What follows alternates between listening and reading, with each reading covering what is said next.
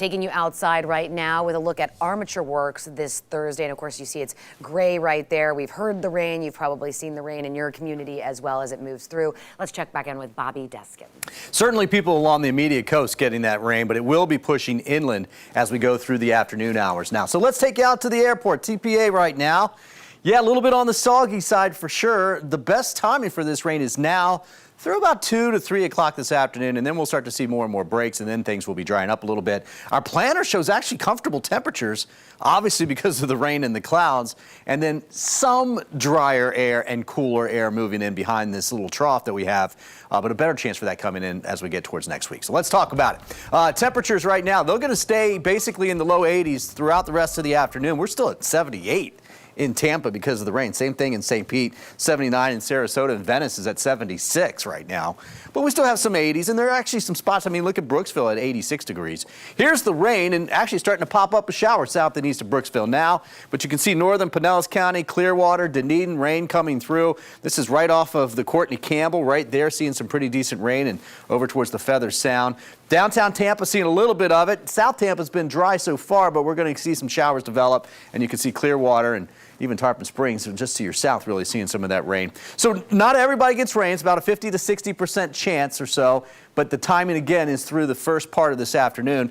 There's the trough. You could look at this as a cold front. You can see the winds turning to the north and the west back behind it, and we do clear out a little bit later this afternoon as a result, but there's just not a really big push of cool air and dry air behind it. That's coming up here. This will get in here, and it will get in here tomorrow morning, tonight and tomorrow morning. So during the day on Friday, tomorrow, you'll see the air get a little bit drier. It'll feel a little bit more comfortable. It's not a big push, but it's enough to make a difference. Dew points in the 70s now. This is tomorrow morning at 10 a.m., still in the 70s, but by tomorrow afternoon and through the weekend, we drop down into the mid-60s. So it's not a big drop. Watch what happens next week. Let's go out to Tuesday.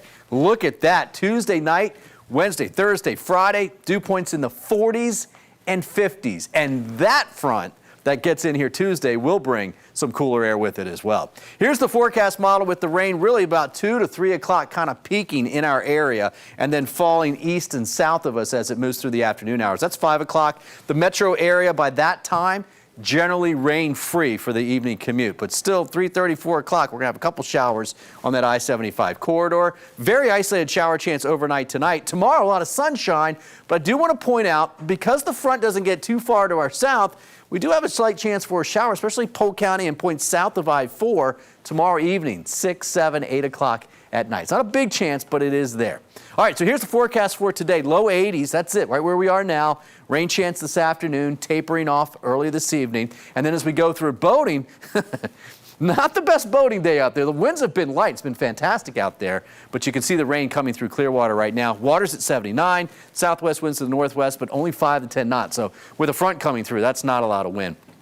Tomorrow, going to try and get to 84, 85 degrees, so not that much cooler behind the front, but you can see there is an isolated shower chance by the time we get towards the evening. It's not a lot. I mean, there's I-4, right? You can see the best chances down to our south. That's for Friday. Saturday, I did put a 10% chance, and I think that's very small. South of I-4, the best. There's Sunday, Monday, and Tuesday shows that next cold front coming through, the one that really brings the cooler and drier air, and you can see it on the dew point. So 70s now.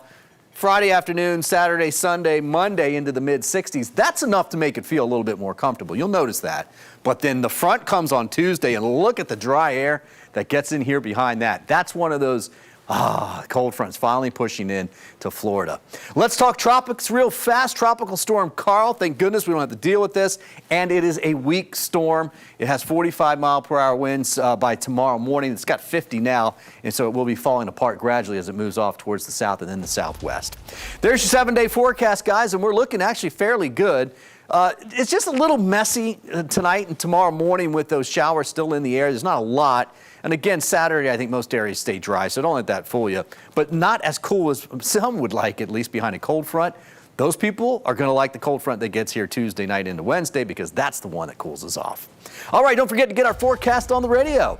105.5 The Dove, 107.3 The Eagle, WSRQ, and Magic 94.9.